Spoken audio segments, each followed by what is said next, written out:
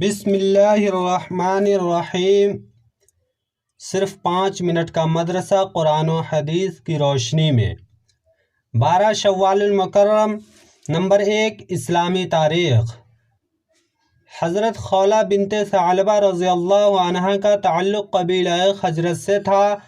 جب حضور صلی اللہ علیہ وسلم مدینہ منورہ تشریف لائے تو وہ پورے خاندان کے ساتھ اسلام میں داخل ہو گئیں اور بیعت کا شرف بھی حاصل کیا۔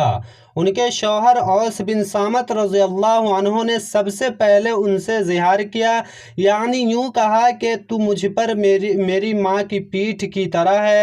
اسلام سے پہلے زہار کے ذریعہ بیوی کو قطعاً حرام سمجھا جاتا تھا، اس لیے حضرت خولہ رضی اللہ عنہ فوراً رسول اللہ صلی اللہ علیہ وسلم کی خدمت میں پہنچی اور اپنے شوہر کا حال بیان کر کے رونے لگیں۔ چنانچہ اللہ تعالیٰ نے سورہ مجادلہ نازل فرما کر زہار کا حکم اور کفارہ ادا کرنے کا طریقہ بتایا۔ پھر انہوں نے اپنے شوہر کی طرف سے زہار کا کفارہ ادا کیا۔ غرض اللہ تعالیٰ نے قرآنی آیت نازل کر کے مسلمانوں کو زہار کا صحیح طریقہ بتایا۔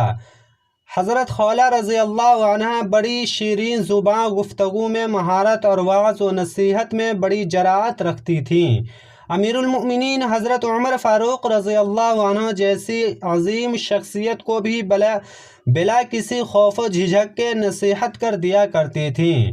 وہ ان کی نصیحت سن کر فرماتے، یہ وہ خاتون ہیں جن کی شکایت 7ویں آسمان پر سنی گئی۔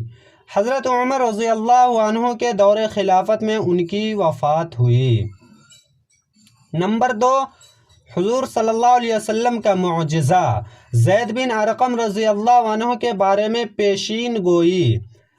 حضرت انیسہ رضی اللہ عنہ فرماتی ہیں کہ ایک مرتبہ میرے والد صاحب زید بن ارقم بیمار ہوئے تو رسول اللہ صلی اللہ علیہ وسلم عیادت کے لیے تشریف لائے۔ آپ صلی اللہ علیہ وسلم نے فرمایا، یہ بیماری تو اتنی زیادہ خطرناک نہیں، اس لیے کوئی حرج نہیں، لیکن میری وفات کے بعد آپ کی بینائی چلی جائے گی اور آپ کی عمر بھی زیادہ ہوگی، اس وقت آپ کیا کریں گے؟ تو حضرت زید رضی اللہ عنہ نے فرمایا، تب تو میں ثواب کی امید رکھوں گا اور صبر کروں گا۔ حضور صلی اللہ علیہ وسلم نے فرمایا، تم بغیر حساب کے جنت میں داخل ہوگے۔ چنانچہ آپ صلی اللہ علیہ وسلم کے فرمان کے مطابق آپ کی وفات کے بعد حضرت زید رضی اللہ عنہ کی آنکھ کی روشنی ختم ہو گئی۔ پھر کچھ مدت بعد اللہ تعالیٰ نے ان کی بینائی واپس کر دی اور پھر انہوں نے وفات پائی۔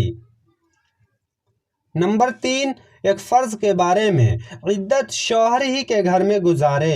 اللہ تعالیٰ ارشاد فرماتے ہیں، ان عورتوں کو جن کو تم نے طلاق دی ہے ان کے گھروں سے نہ نکالو اور نہ وہ خود نکلیں، مگر یہ کہ وہ کسی کھلی بے حیائی کا ارتکاب کریں۔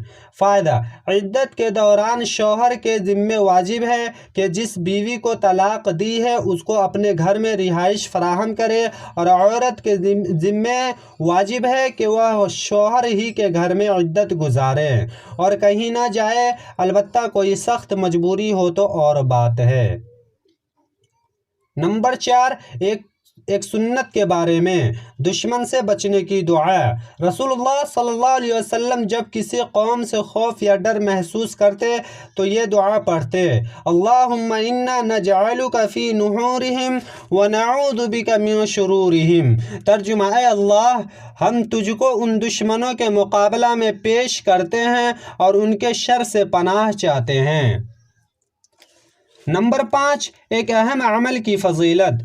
صدقہ سے شیطان کی شکست۔ رسول اللہ صلی اللہ علیہ وسلم نے فرمایا، جب کوئی شخص کسی چیز کو صدقہ میں نکال دیتا ہے تو 70 شیطانوں کے جبڑے ٹوٹ جاتے ہیں۔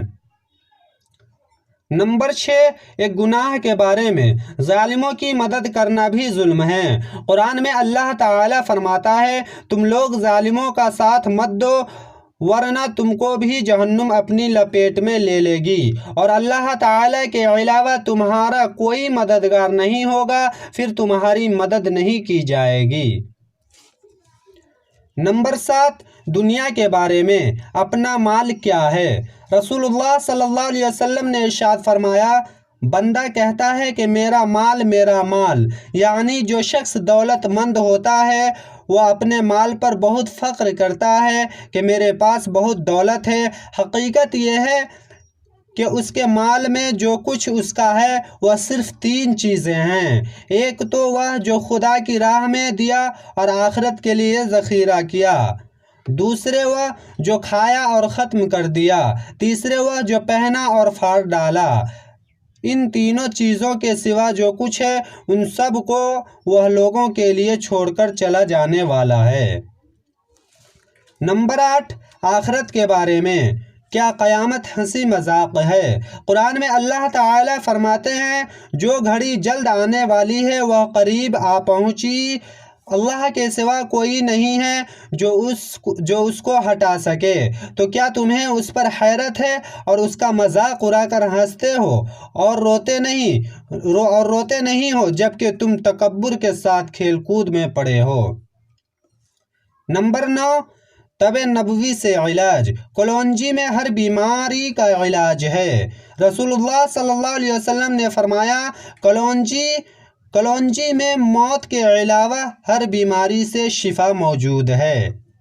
فائدہ: علامہ ابن قیم رحمۃ اللہ علیہ فرماتے ہیں، اس کے استعمال سے اپھارا پیٹ پھولنا ختم ہو جاتا ہے، بلغمی بخار کے لیے نفع بخش ہے۔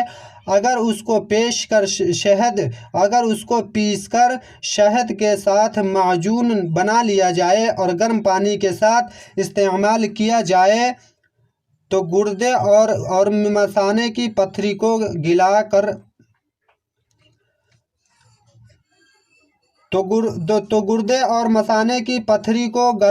کر نکال دیتی ہے۔ علامہ ابن قیم رحمۃ اللہ علیہ فرماتے ہیں، اس کے استعمال سے اپھارا پیٹ پھولنا ختم ہو جاتا ہے، بلغمی بخار کے لیے نفع بخش ہے۔ اگر اس کو پیس کر شہد کے ساتھ معجون بنا لیا جائے اور گرم پانی کے ساتھ استعمال کیا جائے تو گردے اور مثانے کی پتھری کو گلا کر نکال دیتی ہے۔ نمبر 10، نبی صلی اللہ علیہ وسلم کی نصیحت۔ رسول اللہ صلی اللہ علیہ وسلم نے فرمایا، تم موت کی تمنا نہ کرو کیونکہ آخرت کا معاملہ نہایت سخت ہے، اور نیک بختی کی علامت یہ ہے کہ عمر زیادہ ہو اور اس کو توبہ کی توفیق مل جائے۔ اللہ تعالی ہمیں کہنے اور سننے سے زیادہ عمل کرنے کی توفیق عطا فرمائے۔